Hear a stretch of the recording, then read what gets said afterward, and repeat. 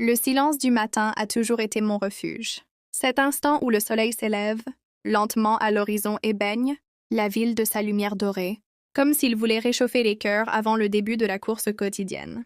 Moi, Marina, 45 ans, je trouvais dans ces premières minutes du jour la force d'affronter le poids d'une routine, qui n'a jamais été facile, mais qui a toujours été remplie de petites significations.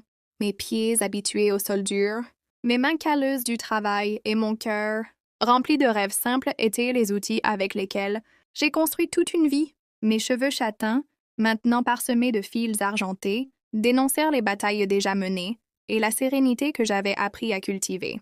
À mes côtés, il y avait toujours Pedro, l'amour de ma vie, compagnon de lutte et de rire, la présence constante qui apaisait mes tempêtes. Notre petite fleuristerie était le cœur battant de notre histoire, un modeste espace au coin d'une rue animée qui portait le parfum des fleurs, comme une invitation à ceux qui passaient. Ce n'était pas une grande affaire, mais chaque pétale vendu représentait une part de notre dévouement, une espérance offerte sous forme de couleurs vives.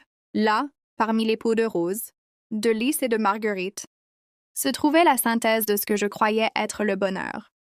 Vivre de ce que l'on aime, même avec des difficultés. Pedro disait toujours que les fleurs n'étaient pas seulement des produits, mais des messages silencieux qui atteignirent les âmes. Et j'y croyais de tout mon cœur. Même avec des comptes serrés, même avec des journées de fatigue, nous nous avions l'un l'autre. Et ce nous suffisait à me faire sentir riche. Pedro n'était pas seulement mon mari, il était mon port sûr, mon abri contre toutes les douleurs du monde. Il avait cette manière sereine qui parvenait à calmer mes angoisses, et un regard ferme qui transmettait de la confiance, même lorsque tout semblait s'effondrer.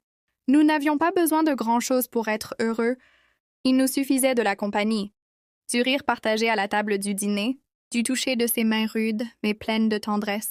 Nos rêves n'étaient jamais grandioses mais palpables, presque toujours liés au simple désir de continuer à marcher ensemble.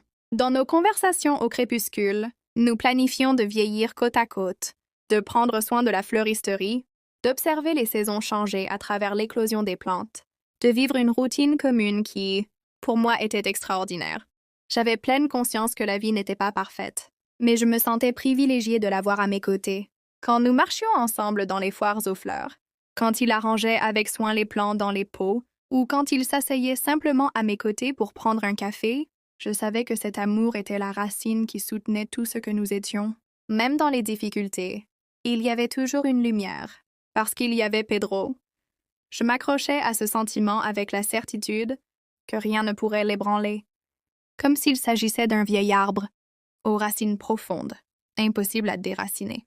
Naïvement, je croyais que ce sol sur lequel nous marchions ne s'effondrerait jamais, que la vie suivrait son cours prévisible, faite de petites joies et d'une stabilité silencieuse.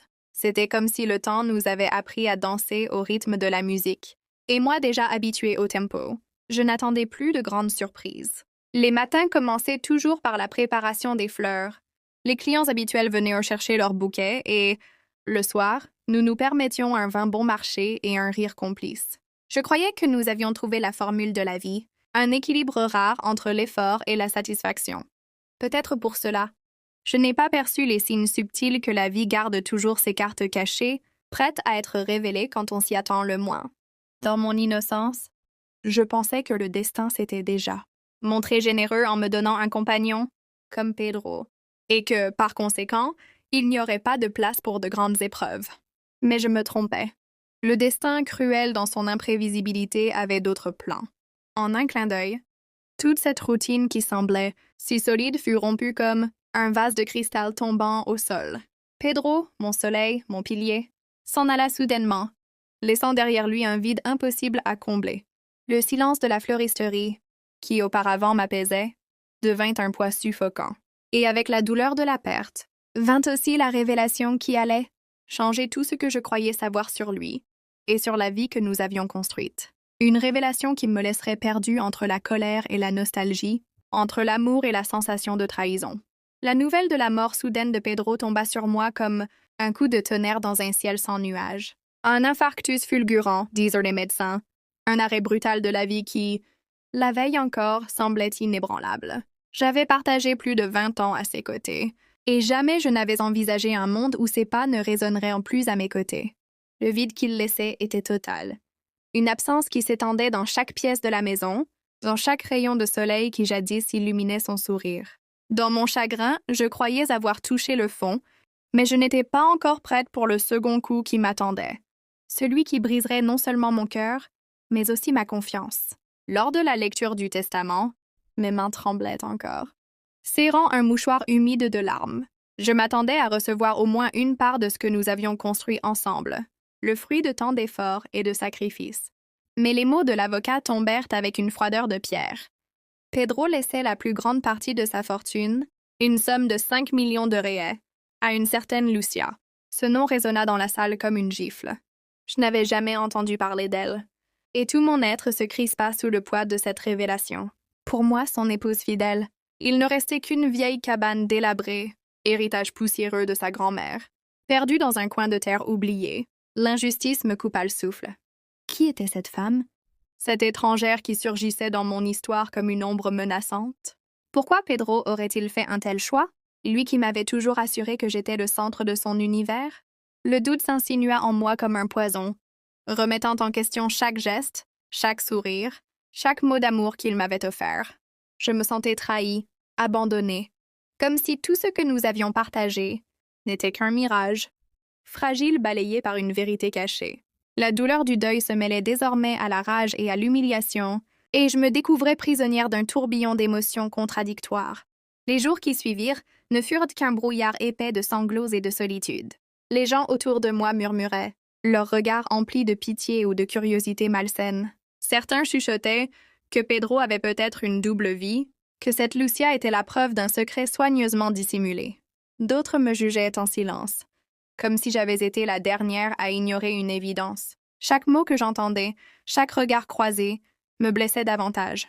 Mon univers, autrefois tissé de fleurs et de rires, s'était transformé en un théâtre cruel, où j'étais devenue le sujet d'incompréhension et de commérage. Je n'avais même plus la force de m'occuper de la petite boutique de fleurs, qui avait été notre fierté. Les pétales se fanaient entre mes doigts, refusant d'absorber l'eau de mes larmes. Je m'étais toujours vue comme une femme forte, capable de porter des charges lourdes et d'affronter les aléas de la vie, mais là, face à cette cabane décrépite qu'on m'avait attribuée comme unique héritage, je me sentais écrasée. Chaque mur fissuré, chaque fenêtre brisée semblait se moquer de ma douleur, comme un reflet cruel de mon âme brisée. La cabane n'était pas un refuge, mais un rappel constant de ce que j'avais perdu et de ce que, apparemment, je ne méritais pas. Et pourtant, au cœur de ce gouffre, une flamme timide résistait encore. J'étais consumée par le chagrin, mais une question, lancinante, persistait. Pourquoi? Pourquoi Pedro avait-il choisi ainsi? Cette interrogation me hantait la nuit, m'empêchait de fermer les yeux, et plus que tout, elle allumait en moi une étrange détermination. Je ne pouvais pas me contenter de subir la douleur, je devais comprendre. Si Pedro avait caché une part de vérité, alors il m'appartenait de la découvrir. C'est ainsi que, sans le savoir encore, je posais le premier pas vers un chemin tortueux, semé de révélations inattendues et de réponses que je n'étais peut-être pas prête à entendre. Les jours qui suivirent la mort de Pedro furent, comme une succession d'ombres épaisses, un brouillard qui enveloppait mon esprit et brouillait mes pas. Chaque matin, je me réveillais avec la sensation d'être tombée dans un gouffre sans fond, incapable de retrouver la lumière qui jadis guidait mes journées. La maison, autrefois pleine de sa voix et de son énergie tranquille, résonnait désormais d'un silence accablant. Même le parfum des fleurs, que j'avais toujours aimé, semblait devenu trop lourd, trop envahissant, comme si la nature elle-même s'était liguée contre moi pour rappeler l'absence de Pedro. La douleur était si profonde qu'elle effaçait la notion du temps. Je ne distinguais plus les heures. Je ne voyais plus les saisons. Je ne vivais qu'un présent figé dans la perte. Ma fleuristerie, ce sanctuaire que nous avions bâti ensemble, se transformait peu à peu en un lieu de désolation. Les clients, d'abord compatissants, vinrent de moins en moins, gênés par ma tristesse palpable. Les fleurs se fanèrent plus vite. Mes mains tremblaient en les disposant, et chaque bouquet semblait être une parodie, grotesque de ce que j'avais un jour créé avec amour. Les dettes s'accumulaient. La caisse restait vide à la fin de la journée, et je voyais notre travail de toute, une vie glisser entre mes doigts sans que je puisse l'arrêter. Je n'avais plus la force de sourire, plus l'envie de me battre. Mon commerce, autrefois symbole de notre union, devenait l'image cruelle de ma solitude et de mon échec. À cela s'ajoutait la rumeur persistante qui se répandait dans la ville.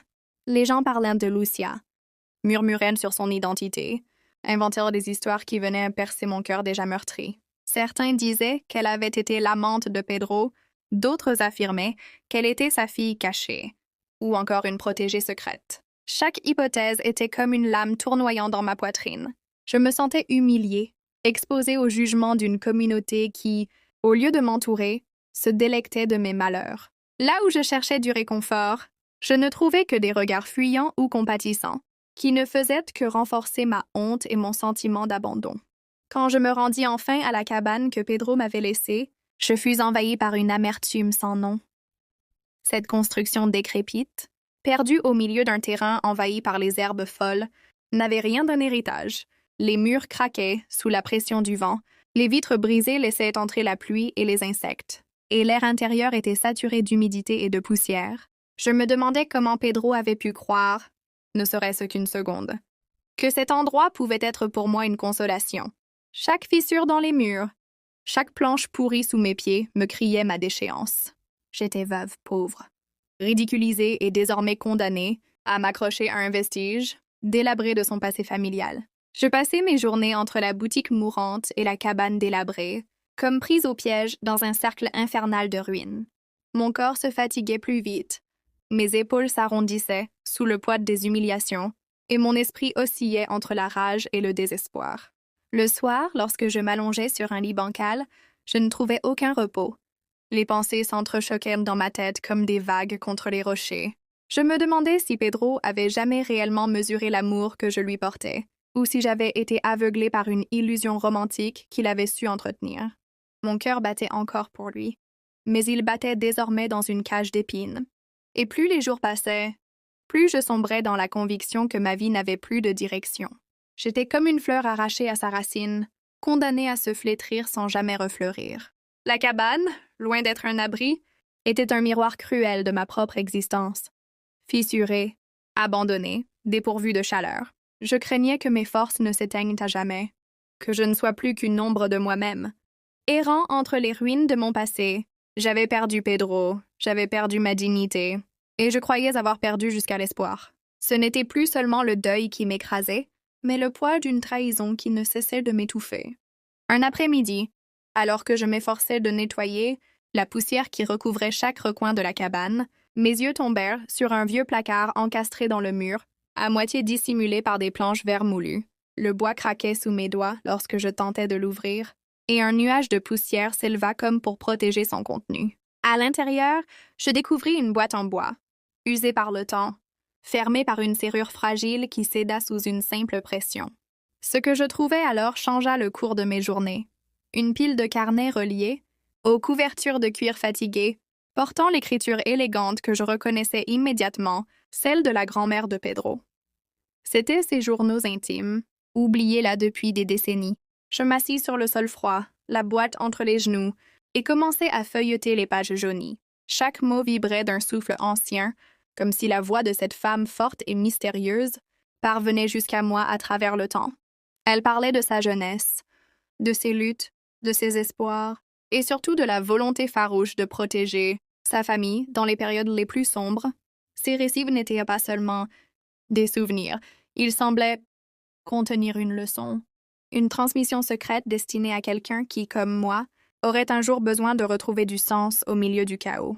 Dans ces lignes, je sentais pour la première fois depuis longtemps une étincelle d'énergie, comme une main tendue depuis le passé pour me relever. Parmi ces écrits, une page attira plus particulièrement mon attention. Dessinée d'une main ferme, un plan rudimentaire s'étendait sur le papier. Des flèches, des annotations, et au centre, la mention d'un trésor de famille. Mon premier réflexe fut de sourire amèrement, persuadé qu'il ne s'agissait que d'une fantaisie de vieille femme, une histoire inventée pour distraire les enfants. Mais quelque chose, un pressentiment que je ne pouvais expliquer, me poussa à garder ce carnet ouvert plus longtemps. Je suivis du doigt les traits incertains du dessin, et je compris que les indications menaient toutes vers un lieu précis. Le vieux chêne qui dominait le jardin derrière la cabane. Mon cœur se mit à battre plus vite, non pas de certitude, mais de curiosité et d'une étrange excitation. Les jours suivants, Je lus ces journaux avec une avidité nouvelle, comme si chaque phrase pouvait m'apporter une réponse à ma douleur. Je découvris une grand-mère courageuse qui avait caché de l'or et des bijoux pour que sa descendance ne connaisse pas la misère en temps de guerre. Ces mots évoquèrent la peur, mais aussi la détermination, et je me retrouvais dans son courage silencieux. Pour la première fois depuis la mort de Pedro, je sentais que je n'étais pas complètement seule, que j'étais reliée à une lignée de femmes capables de transformer l'adversité en force. Ces écrits devinrent ma nourriture spirituelle, mon encre dans un monde où tout semblait s'effondrer. Un matin, après une nuit d'insomnie agitée, je décidai de ne plus douter. Je pris le plan. J'achetai quelques outils rudimentaires avec mes dernières économies et je me dirigeai vers le vieux chêne. La terre autour de ses racines semblait intacte, mais je savais que peut-être, sous cette apparence banale se cachait quelque chose d'inestimable.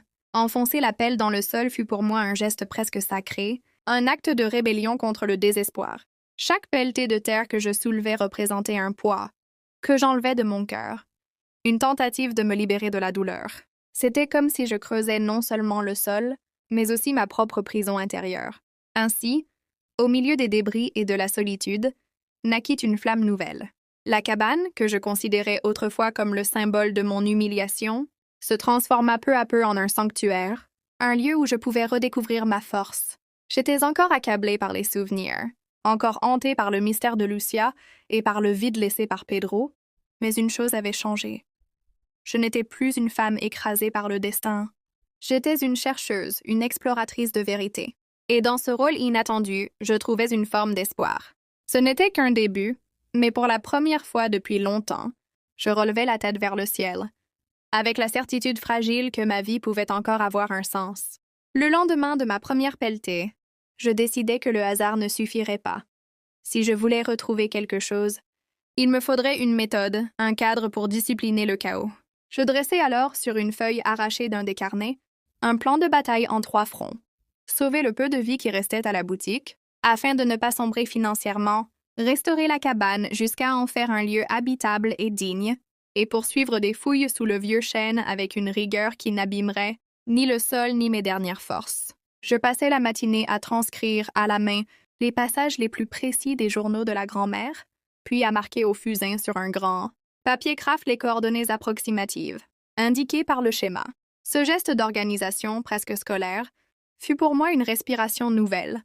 En traçant lignes et colonnes, je sentais mon esprit regagner son territoire, comme si la douleur devait désormais se plier aux règles d'un échiquier où je refusais d'être la pièce sacrifiée. Je m'équipais de ce que mes maigres économies permettaient, une pelle aux manches solides, un petit pic, un tamis grossier fabriqué avec un cadre de bois et un grillage récupéré, des gants épais, une brosse douce et quelques sacs en toile. Autour du chêne, je tendis une ficelle pour délimiter une grille sommaire, numérotant chaque carré afin de noter ce que j'y trouvais, même si ce n'était que de la terre compacte ou un fragment de céramique sans valeur. Je me promis de respecter les racines, de ne pas brutaliser l'arbre comme on brutalisait mon cœur. Je n'enfonçais jamais la pelle sans d'abord dégager la surface avec précaution, et je ramassais chaque éclat de verre, chaque clou rouillé, en les enveloppant dans du papier journal annoté de la date et de l'emplacement. La sueur me coulait dans le dos, mes muscles protestaient, mais à mesure que le sol cédait, je sentais quelque chose d'autre céder aussi en moi, la place que j'avais accordée au désespoir. Reste qu'il fallait manger, payer l'électricité, garder un peu de dignité face aux créanciers. Alors je modifiais ma routine. Le matin, au lieu d'ouvrir la boutique vide, je chargeais sur un chariot quelques seaux de fleurs encore fraîches, des rubans, du papier craft, et j'allais m'installer au marché de quartier, à l'endroit précis où la lumière caresse les étals comme une promesse. Je façonnais des bouquets simples, rustiques, que je signais les fleurs de la cabane, et sans trop en dire. Je laissais les gens deviner l'histoire d'une femme qui se relevait. On me payait parfois en pièces, parfois en billets modestes, parfois en sourires qui valèrent davantage.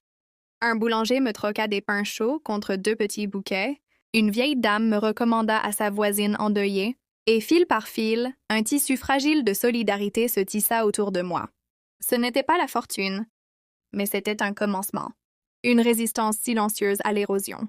L'après-midi, je revenais à la cabane, que je refusais désormais de nommer « ruine ». J'ouvrais grand les fenêtres, je lessivais les murs, je remplaçais, quand je le pouvais, Une planche pourrie par une autre récupérée dans un dépôt de matériaux, je redressais une étagère. Je posais une nappe propre sur une table bancale et j'y étalais mes cartes, mes carnets, mes outils. Dans un coin, je fixais au mur un grand tableau de liège où j'épinglais des photos de la grand-mère de Pedro, retrouvées au fond d'une boîte. Des bribes de dates, des listes de lieux, des mots-clés cerclés d'encre, prudence et transmission, à protéger. Je n'étais plus seulement la veuve humiliée que l'on plaignait à voix basse. Je devenais l'héritière d'une intelligence patiente, d'une stratégie têtue, et je sentais qu'au-delà du trésor matériel, c'était cette discipline de femme libre que je devais exhumer. Parallèlement, je commençais à rassembler, avec la même minutie, tout document concernant l'héritage, copie du testament, quittance ancienne, acte de propriété de la parcelle, reçu oublié dans un tiroir, carte d'identité jaunie. Je notais les adresses, les noms, les dates, et j'établissais un calendrier d'actions possibles. Retourner voir l'étude notariale, avec des questions précises, comprendre la mécanique froide qui avait conduit à ce partage inique, vérifier ce que la loi autorisait ou interdisait. Je n'avais ni l'illusion de tout renverser, ni l'intention de me soumettre sans comprendre. Je voulais, au moins, replacer ma voix dans une histoire où l'on m'avait réduite à un murmure. Et si le nom de Lucia revenait parfois me brûler la gorge, je l'inscrivais sur une page à part, non pour le maudire, mais pour l'entourer de points d'interrogation, afin que la recherche remplace la rumeur. Le soir, quand la lumière déclinait, je retournais au chêne. Le sol avait une odeur de fer et d'humus qui, peu à peu, m'apprenait la patience. Je ne trouvais d'abord que des objets sans éclat. Un bouton de nacre fendu, un fragment de perle de verre, une épingle tordue, le coin d'une boîte métallique oxydée, puis un jour, en grattant avec la brosse, j'aperçus l'arête nette d'une pierre taillée, alignée avec une autre comme si quelqu'un, autrefois, avait dressé une frontière sous la terre. Mon cœur accéléra non pas de triomphe, mais de cette intuition grave que l'on éprouve lorsque les choses se mettent à parler. Alors je rangeai mes outils, je couvris la fouille d'un bâche, et assise sur la marche de la cabane, je fis le serment que, si je découvrais ce qui avait été caché, je saurais m'en montrer digne. Je ne savais pas encore comment, mais je savais que mon avenir ne serait plus seulement une survie. Il deviendrait une œuvre, et chaque geste de cette œuvre serait posé avec la même délicatesse que l'on met à arranger un bouquet destiné à une main tremblante. Pendant que mes journées s'organisaient autour de la cabane, du marché et du vieux chêne, un contraste cruel s'imposait à moi. Celui de la vie de Lucia, qui, d'après les rumeurs et les images circulant sur les réseaux sociaux, semblait se dérouler dans une opulence insolente. Les journaux locaux publiaient des photographies d'elle, élégamment vêtue, lors de galas de charité ou de voyages à l'étranger. On la voyait sourire dans des hôtels de luxe, brandir une coupe de champagne sur des terrasses surplombant la mer, poser au milieu d'amis influents. Chaque cliché, chaque article me frappait comme une gifle, renforçant l'idée que j'avais été réduite à la misère, pendant qu'une autre récoltait l'or que j'avais cru être le fruit d'une vie de couple partagée. Ce contraste alimentait la colère. Mais il m'apprit aussi à détourner mon regard. Plutôt que de me consumer dans l'envie, je m'accrochais à la petite flamme que je rallumais jour après jour dans ma cabane. La cabane, en effet, changeait de visage à mesure que je m'y accrochais. Ce qui n'était qu'un tas de ruines devenait, sous mes efforts obstinés, un sanctuaire de renaissance. J'y faisais entrer la lumière. J'y disposais des pots de fleurs sauvés de la boutique, je cousais des rideaux simples avec du tissu de récupération et j'apprivoisais l'espace comme on apprivoise une cicatrice. Le soir, je m'y asseyais devant une table que j'avais rendue solide avec des clous neufs et je consignais dans un cahier mes trouvailles, mes doutes, mes espoirs. Peu à peu, j'avais l'impression que les murs eux-mêmes me soutenaient, que la poussière ancienne se transformait en un manteau protecteur, que les fantômes de la famille de Pedro, loin de me hanter, me soufflaient une force nouvelle. La cabane, autrefois marque de mon humiliation, devenait l'atelier où je reconstruisais mon identité. Au marché, ma présence ne passait plus inaperçue. Les passants s'arrêtaient non seulement pour acheter mes bouquets, mais aussi pour entendre quelques bribes de mon histoire. Certains connaissèrent déjà la légende de la cabane maudite, héritage d'un mari qui avait trahi sa femme. Mais en me voyant debout derrière mon étal, les joues rougies par le froid ou le soleil, les mains occupées à nouer des rubans autour des tiges, ils découvraient autre chose. Une femme qui refusait de se laisser engloutir. On me posait des questions, je répondais avec pudeur, et sans que je le cherche, mon récit se répandit. On murmurait que mes fleurs avaient une beauté particulière, celle qui naît de la douleur transfigurée. Ce bouche à oreille me rapportait plus que de l'argent. Il me rendait une dignité, une visibilité, une reconnaissance. À mesure que les semaines passaient, j'avais la certitude que mes efforts ne se perdaient pas dans le néant. Sous le chêne, mes fouilles progressaient avec méthode. Et chaque petit objet exhumé nourrissait ma conviction qu'un secret véritable dormait encore là, sous mes pieds. Je n'avais pas encore trouvé le trésor. Mais j'avais trouvé mieux, une énergie nouvelle. Une discipline qui m'empêchait de retomber dans le gouffre du désespoir. Et chaque pelletée de terre levée était une manière de repousser l'image de Lucia et de ses fêtes étincelantes, de la tenir à distance comme une ombre sans pouvoir sur ma destinée. Si elle régnait dans le monde du luxe, moi je régnais dans le silence fécond de la terre et des racines. Il n'en demeurait pas moins que mon cœur n'était pas guéri. Les nuits, souvent, je me réveillais en sueur, le visage de Pedro hantant mes rêves. Je revoyais son sourire, ses gestes, ses promesses, et je vacillais entre la tendresse du souvenir et la brûlure de la trahison supposée. Le nom de Lucia résonnait comme une écharde plantée dans ma mémoire, me rappelant que, malgré mes efforts, je n'avais pas encore trouvé la vérité. Mais au lieu de me laisser consumer par cette plaie, je choisissais d'en faire un moteur. Chaque fois que la douleur me saisissait, je reprenais mes carnets, mes outils, mes fleurs, et je me lançais à nouveau dans la bataille quotidienne. C'était ma manière de refuser la défaite, de transformer la blessure en énergie. Ainsi, la cabane devint le symbole de ma lutte. Et moi, sans l'avoir prémédité, je devins une figure de persévérance pour ceux qui m'entouraient. On venait parfois me voir pour me confier des secrets, des douleurs, comme si mes murs décrépits avaient acquis le pouvoir d'écouter. L'image de la veuve humiliée s'effaçait peu à peu, remplacée par celle d'une femme qui, sans richesse ni appui, retrouvait sa place dans le monde par la force de sa volonté. Et tandis que Lucia brillait dans ses salons dorés, j'élevais, au milieu des pierres et de la terre, un royaume invisible fait de courage, de patience et d'un espoir têtu. Je ne savais pas encore ce que je trouverais au fond de mes fouilles, mais je savais déjà que la victoire, la plus précieuse, s'écrivait dans mes gestes quotidiens. Sous le chêne, le travail de fourmi, que j'avais entrepris fini par dévoiler une bordure de pierre soigneusement alignée, et en suivant cette ligne, je sentis soudain la pelle s'enfoncer dans un vide inattendu. Je posais l'outil, m'agenouillais et, avec la brosse, dégageais doucement la terre humide qui collait à mes doigts. Une surface de bois apparut, sombre et veinée, cerclée de ferrures rongées par le temps. Mon souffle se fit court. Je passai la main autour pour libérer les racines emmêlées, glissai un levier sous l'un des angles et, centimètre après centimètre, tirai vers la lumière un coffret plus lourd que je ne l'aurais imaginé. L'odeur d'humus et de métal ancien se mêla à l'air tiédi de l'après-midi, et je restai un moment immobile, les paumes posées sur le couvercle, à écouter ce battement dans ma poitrine qui n'était ni peur ni triomphe, mais la claire sensation d'arriver au seuil de quelque chose qui me dépassait. Quand la serrure cassa net sous la pression d'un tournevis, le couvercle se souleva et révéla un intérieur doublé d'un tissu fané, où reposaient des objets à la fois modestes et précieux.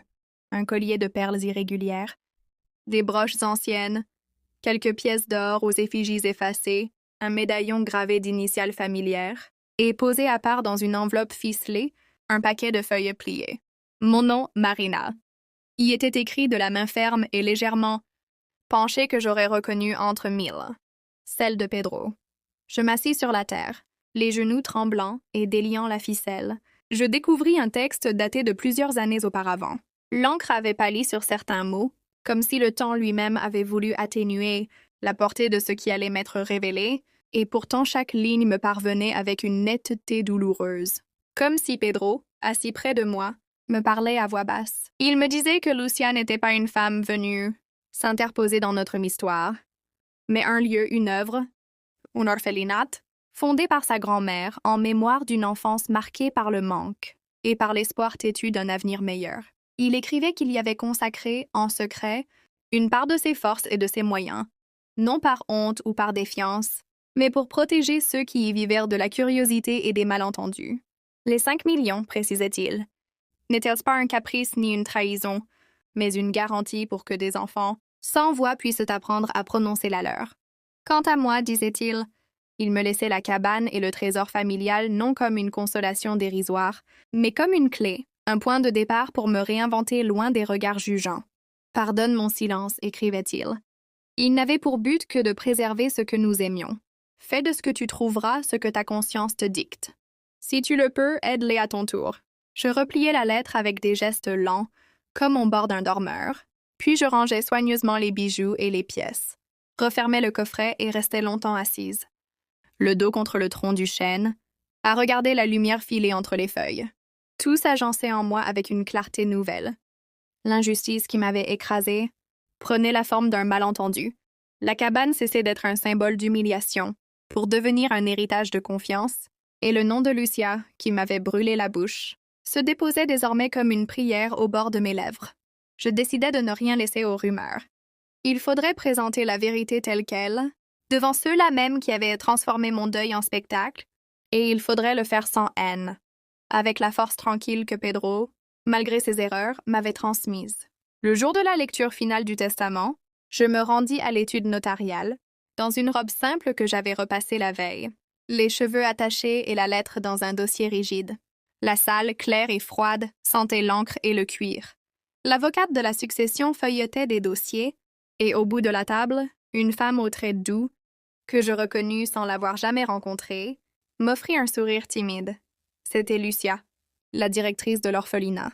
Je sentis une pointe de crispation traverser la pièce, comme si chacun retenait un souffle qui ne lui appartenait pas. Le notaire énonça les clauses avec cette neutralité, polie qui confère aux mots une autorité glacée. Puis il invita les bénéficiaires à formuler leurs observations. Je me levai, sortis la lettre et, en la tenant à deux mains pour en empêcher le tremblement, je demandai simplement qu'on entende la voix de celui dont on interprétait la volonté. Je ne lus pas toute la lettre. Je la résumai avec fidélité, citant les phrases essentielles, montrant l'enveloppe, la date, le coffret, expliquant comment je l'avais trouvée et pourquoi je n'avais plus de doute. L'avocate la prit, en examina l'écriture, l'entête, la signature, puis, moins sûre d'elle, admit que rien n'en contredisait l'authenticité. Lucia porta la main à sa bouche, les yeux brillants, et murmura un merci qui semblait venir de loin. Dans le silence qui suivit, ce ne fut pas une victoire que je ressentis, mais un apaisement. La vérité, une fois prononcée, n'exigeait ni applaudissements ni excuses. Elle demandait seulement d'être accueillie. Les regards changèrent d'angle. Les chuchotements s'éteignirent, comme s'éteignent les vents au creux d'une vallée, et je compris que la place que je cherchais depuis des semaines dans cette histoire venait de s'ouvrir, non pas par la force, mais par la lumière. Les semaines qui suivirent marquèrent le commencement d'une nouvelle ère pour moi.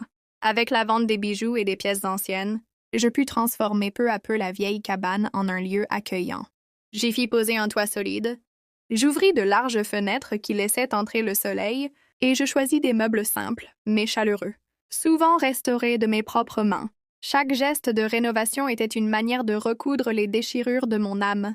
Le bois craquant des planchers me paraissait désormais un chant de renaissance. Et les fleurs que j'alignais dans les chambres, comme de délicates touches de couleur, donnaient à l'espace une atmosphère de refuge. Je l'appelais mon auberge du cœur, et je rêvais qu'elle devienne une halte paisible pour ceux qui, comme moi, portaient des cicatrices invisibles. Très vite, les voyageurs de passage commencèrent à s'y arrêter. Certains venaient pour le simple confort d'un toit accueillant, mais beaucoup restaient pour l'histoire du lieu. On murmurait qu'une veuve courageuse avait trouvé un trésor en creusant sous un vieux chêne, et que ce trésor lui avait permis de donner une seconde vie à une maison oubliée. Les curieux se mêlaient aux rêveurs, et tous repartaient, en laissant quelques mots, dans un livre d'or que je tenais à la réception. Leurs messages, pleins de gratitude, devenaient pour moi des fragments de reconnaissance, des preuves que mon combat n'avait pas été vain. La cabane, autrefois symbole de ma misère, se dressait désormais comme une maison de lumière où chacun pouvait, ne serait-ce qu'une nuit, sentir le poids de ses douleurs s'alléger. Mon lien avec Lucia changea également de nature. Loin d'être une rivale, elle devint une alliée. Nous nous écrivions souvent, et je visitais plusieurs fois l'orphelinat. Les enfants, leurs yeux pétillants et leurs rires éclatants, me rappelèrent ce que Pedro avait voulu protéger. Je fis une donation importante grâce à la prospérité naissante de mon auberge, et je sus que ce geste reliait deux destins qui paraissaient opposés mais qui, en vérité, partageaient une même racine, la générosité silencieuse de Pedro. Lorsque Lucia me remercia, les larmes aux yeux, je sentis que le pardon n'était plus un effort, mais une évidence. Entre nous, il n'y avait plus de malentendu, mais une compréhension sincère et un respect mutuel. Je découvris aussi au fil de cette transformation une force en moi que je n'avais jamais soupçonnée. Moi qui m'étais crue condamnée à n'être que l'ombre d'un mari disparu, je me voyais désormais comme une femme entière, capable de bâtir et de partager. Les épreuves, loin de me réduire, m'avaient ouverte à une dimension nouvelle de l'existence, celle où la douleur, assumée et traversée, devient une source de beauté. J'appris à me regarder dans le miroir sans chercher l'ombre de Pedro, mais en voyant la femme que j'étais devenue, forgée par l'amour, la perte et la renaissance. Ce regard neuf fut sans doute la plus grande richesse que j'ai jamais acquise. Le village et les alentours me reconnurent bientôt, comme autre chose qu'une victime. On m'invitait à raconter mon histoire lors de fêtes locales, on me demandait conseil, et mon auberge fut célébrée comme un lieu de renouveau. Certains clients venaient non pour dormir, mais simplement pour m'entendre parler de la cabane, de la lettre, du trésor et de l'orphelinat. À chaque récit, je ressentais la même émotion, mais je le partageais sans amertume, avec la conviction que ma douleur, transfigurée, pouvait devenir une semence d'espérance pour d'autres. Ma voix, jadis étouffée par le chagrin, avait retrouvé une portée qui dépassait les murs de ma maison. Et ainsi, je compris que la véritable richesse ne résidait ni dans les millions confiés à Lucia, ni même dans le trésor découvert sous l'arbre, mais dans la capacité de renaître après l'épreuve. La cabane, jadis le signe de mon humiliation, était devenue le berceau de ma libération. Le legs de Pedro avait pris tout son sens. Il m'avait offert la chance de me retrouver, de découvrir en moi la force de pardonner et de bâtir. Et chaque fleur plantée dans mon jardin, chaque voyageur accueilli, chaque sourire d'enfant à l'orphelinat venait confirmer cette vérité. La vie, comme un champ en friche, peut toujours refleurir si l'on accepte de cultiver l'amour et l'espérance. La conclusion de mon histoire ne s'écrivit pas d'un seul trait, mais se tissa patiemment, comme les fils d'une tapisserie dont chaque couleur représentait une étape de mon chemin. J'avais traversé la douleur la plus vive, cru à une trahison, porté le poids de la solitude et de la pauvreté, pour découvrir finalement que derrière, les apparences se cachait un dessein. Plus grand que moi, cette révélation transforma ma vision du monde. Rien n'est jamais totalement ce qu'il semble être. Les injustices, aussi cruelles qu'elles paraissent, peuvent se révéler des ponts vers une vérité plus vaste. En acceptant de chercher au-delà de la surface, j'avais trouvé non seulement un trésor matériel, mais surtout un sens profond à ma vie, une direction nouvelle que je n'aurais jamais soupçonnée. Chaque fois que je repensais au choc initial, à la colère et au sentiment d'avoir été rejetée par l'homme que j'aimais, je mesurais le chemin parcouru. J'étais partie d'un gouffre où tout me paraissait perdu, pour atteindre un sommet d'où je pouvais contempler la cohérence secrète des événements. Pedro n'était plus seulement l'époux dont j'avais pleuré la perte, mais un compagnon qui, même après la mort, avait continué à me guider vers une version plus forte de moi-même. La cabane, ce lieu de désolation, s'était révélé être un écrin, une clé vers ma renaissance. Je compris que les épreuves les plus rudes sont souvent celles qui nous révèlent à nous-mêmes, et qu'il faut parfois toucher le fond pour sentir à nouveau la solidité du sol sous nos pieds. Le trésor que j'avais déterré, bien qu'il eût une valeur matérielle, ne fut jamais pour moi qu'un outil. Les véritables richesses que j'avais acquises ne se comptaient pas en pièces d'or, ni en bijoux anciens, mais en résilience, en courage et en gratitude. La joie des voyageurs accueillis dans mon auberge, les éclats de rire des enfants à l'orphelinat, le respect retrouvé des habitants du village. Voilà ce qui formait mon patrimoine, authentique. Ce que j'avais cru être une humiliation était devenu la pierre angulaire d'une nouvelle vie. En partageant ce que j'avais appris qu'il n'existe pas de bonheur solitaire. Le bonheur pour durer doit toujours être multiplié et offert. Je regardais souvent le chêne sous lequel j'avais découvert le coffret. Ses racines profondes et ses branches immenses m'inspiraient. Je voyais en lui une métaphore de mon existence. Les racines, ce passé parfois douloureux, mais nécessaire pour ancrer mon être. Le tronc, ma force retrouvée. Et les branches, mes projets et mes dons, tendus vers les autres comme pour offrir ombre et refuge. L'arbre m'apprenait la patience, la constance et l'humilité. Il me rappelait aussi que tout ce qui semble enseveli dans la terre peut un jour ressurgir en lumière, à condition de croire en la puissance de la croissance et du renouveau. En choisissant de pardonner, je m'étais libérée d'un poids invisible. J'avais compris que la rancune ne nourrit que la douleur, tandis que le pardon ouvre la voie à la paix. Pedro m'avait laissé face à un dilemme cruel, mais j'avais su transformer cette épreuve en chemin de lumière. En donnant au lieu de me replier, en partageant au lieu de me venger, j'avais trouvé un équilibre que je n'aurais jamais atteint autrement. J'étais devenue non seulement l'héritière d'un passé, mais la créatrice d'un avenir. Ce renversement intérieur me donna la certitude que rien, pas même la mort, ne peut effacer l'amour lorsqu'il se prolonge dans des actes de bonté. Ainsi se scella la dernière leçon de mon voyage. La vie est semblable à un jardin. Certaines graines tombent dans des sols arides et paraissent perdues, mais avec soin et patience, elles finissent par fleurir là où on ne les attendait plus. Je m'étais crue dévastée, mais j'avais découvert en moi un terrain fertile, prêt à accueillir l'espérance. Mon histoire, faite de pertes et de renaissance, m'apprit que la véritable victoire ne réside pas dans l'accumulation de richesses, mais dans la capacité à transformer la douleur en beauté et la solitude en partage. Et c'est dans ce jardin intérieur, nourri de souvenirs, de fleurs et de rires d'enfants, que je trouvais enfin ma véritable demeure.